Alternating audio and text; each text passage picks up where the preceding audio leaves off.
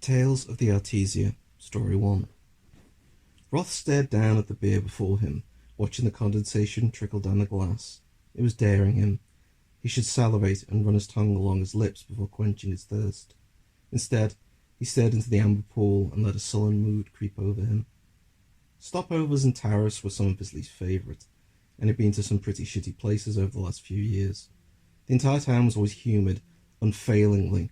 No matter what time of the year they had to call past, humid, sticky. Then there was the food.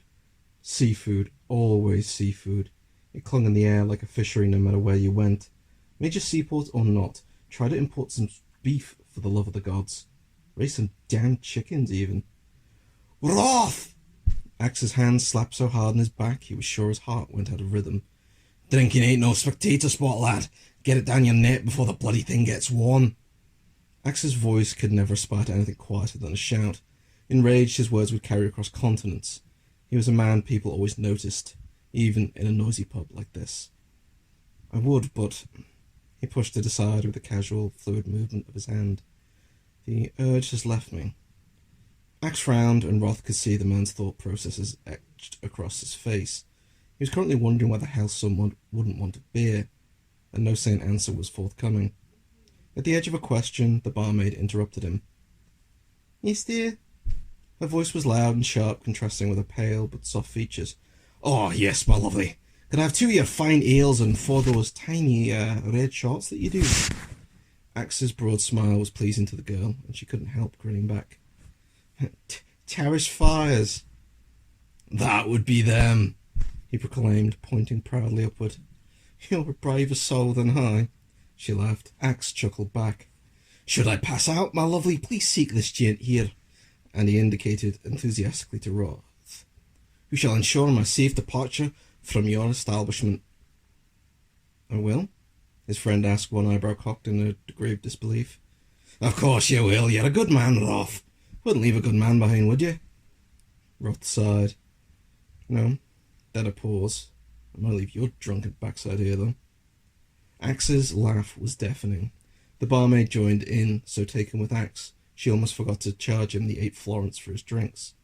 Dashing away to prepare them, the burly man resumed his conversation. Jokes aside, lad, what's eating at you? Nothing, it's just the usual.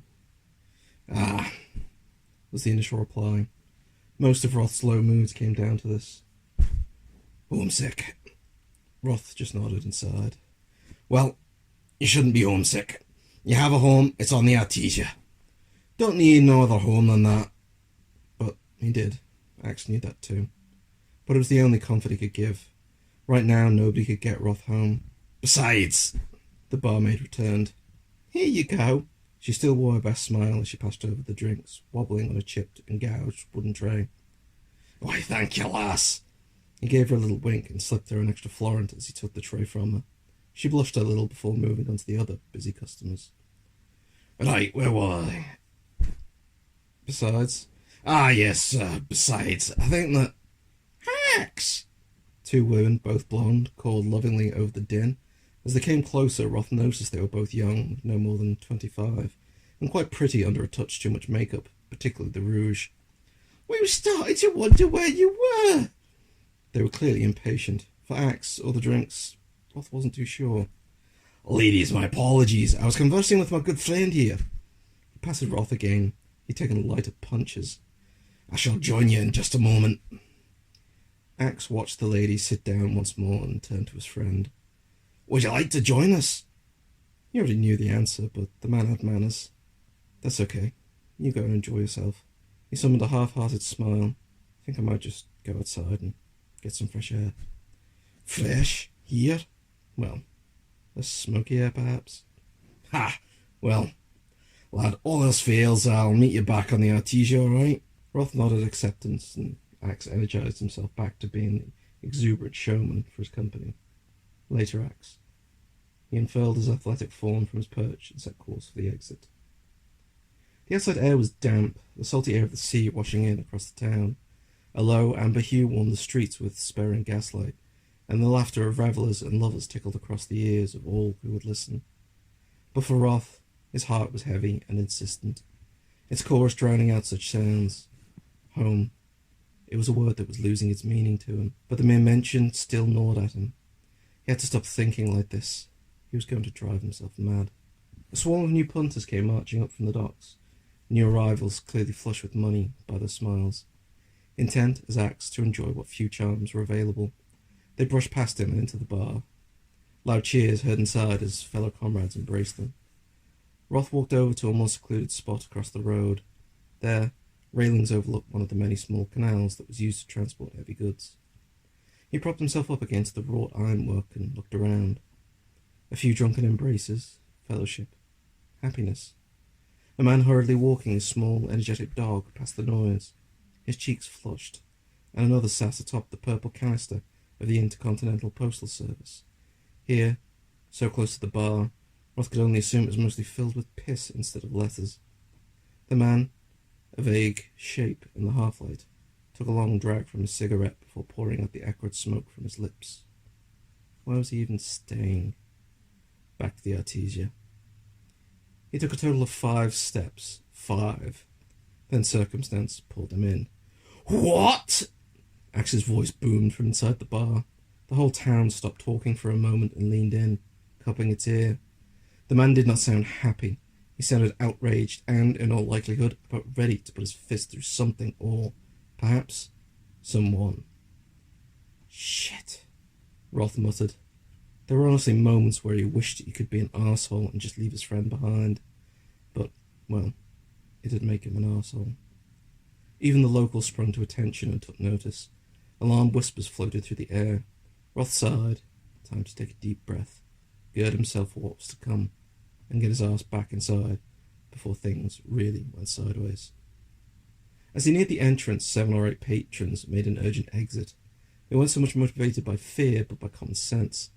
Deftly weaving in between them, Roth rushed inside to see Axe facing down 3 men, the one in the middle earning his particular ire. Let me make myself abundantly clear, Axe's voice blared into the man's face. If an apology to these charming ladies is not forthcoming. One of the women was insistently tugging on Axe's arm. Please, Axe, you don't need to do this. But lassie, he called you and your friend The man's fist struck squarely on the jaw. It was a hefty blow. He seemed pleased with his cowardly attack until he realised how little Axe had moved, and how furious the look in his eyes was. Burning like hot coals, his gaze seared with an indignant rage. The regret was almost immediate. Eloquence evaded Roth at that moment. Oh, shit.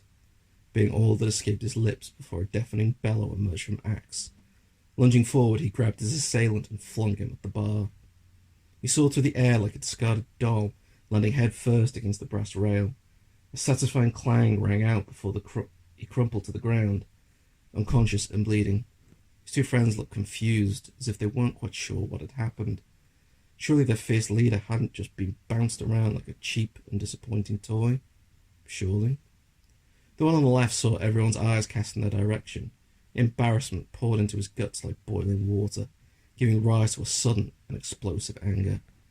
Staring at the brick wall of Axe, he began his impulsive charge, fist pulled back, a shrill yell offending the ears of all. His wild punch was easily parried, then. Axe could have pulverized this fool without his training, but having it to hand made it easier.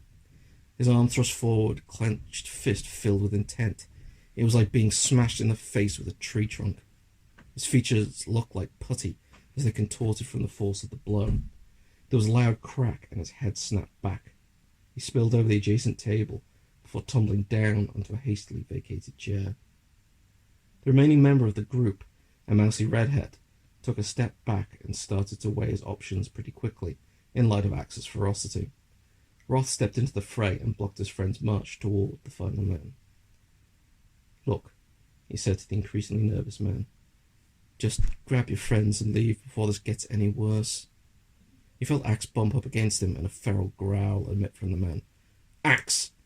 He insisted as he turned around. Look, you've laid out 2 of them already. Just leave it. I will not back down from it. Hey, look, he's the one backing down, okay? He turned to the redhead. Isn't that right? A panicked nod and little else. Go on, then, Axe bellowed. The man grabbed one of the others by the wrist and began to laboriously remove him from the bar. As he was dragged across the floorboards, his trousers began to slide down, robbing him of any dignity he may have been left with.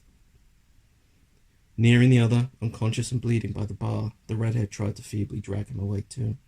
The limp straining of him drew the attention of everyone, and for a moment it was the only sound in the entire bar.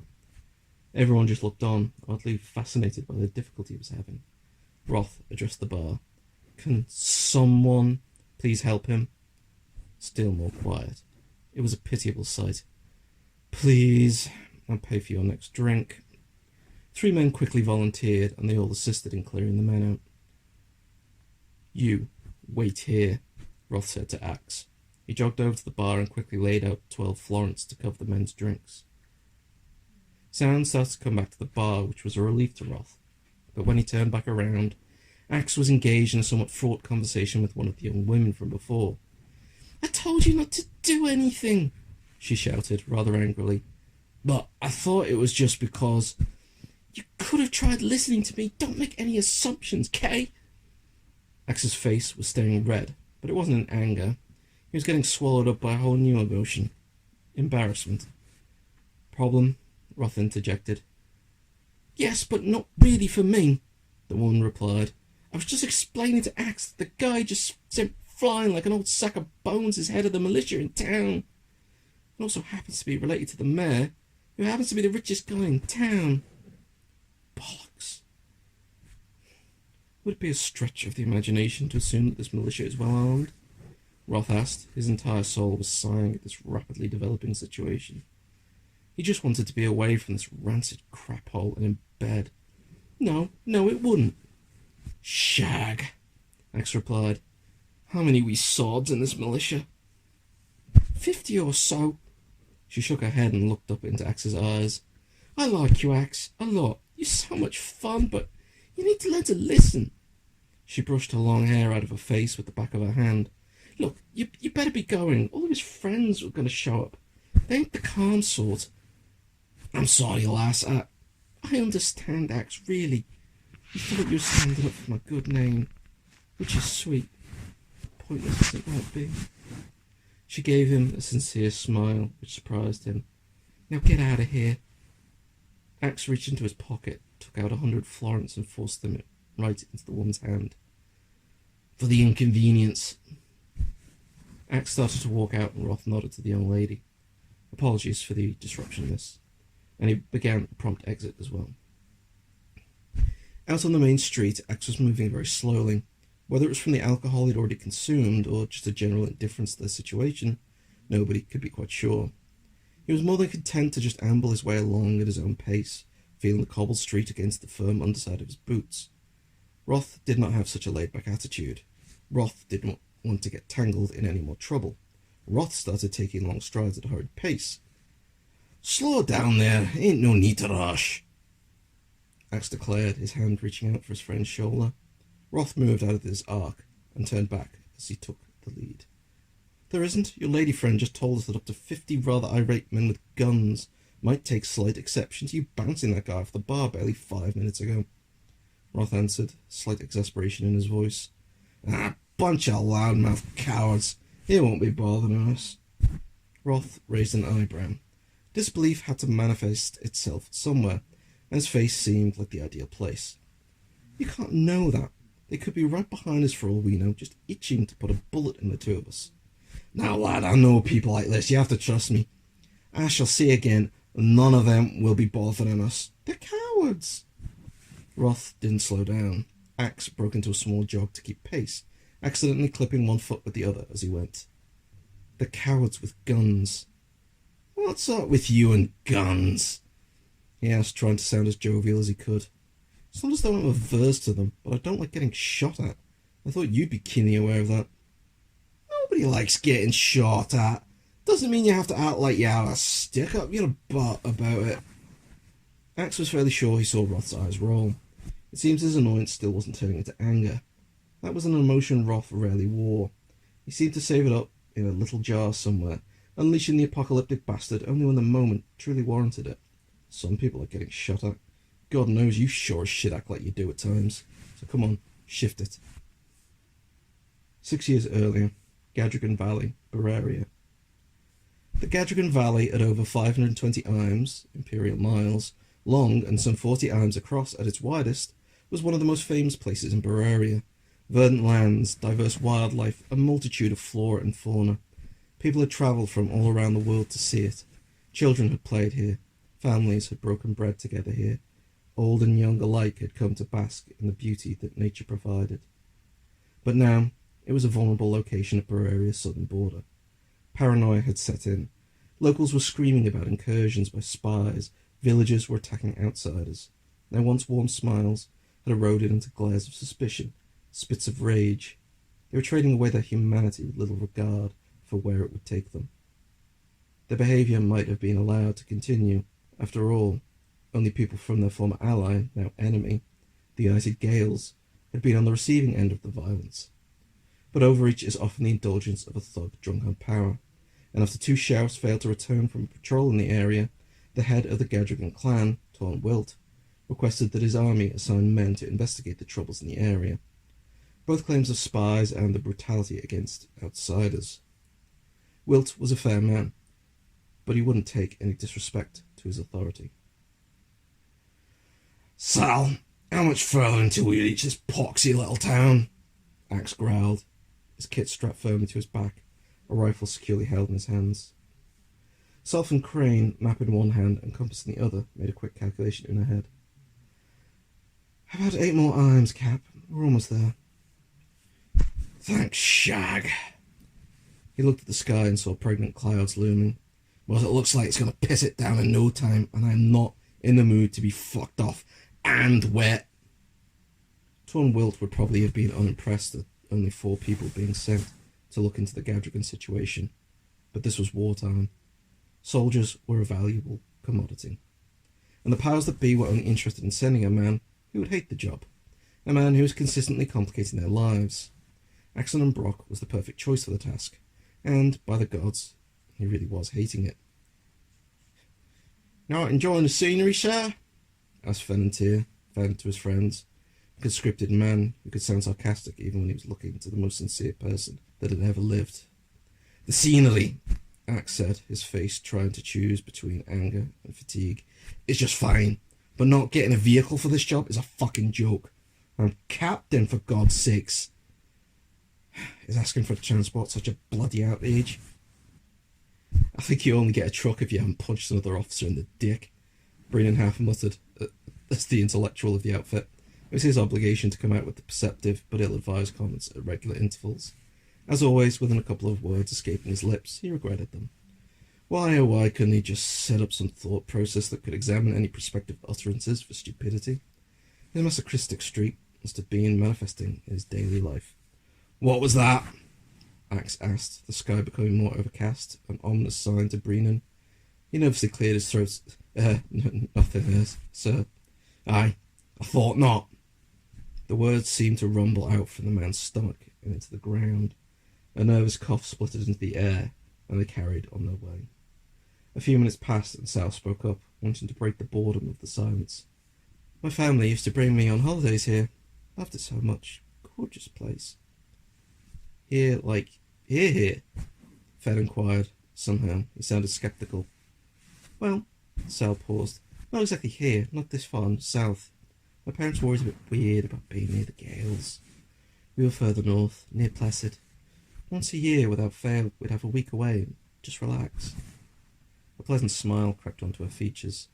She was quite surprised when she finally noticed it. "It's my first time here," Fern replied.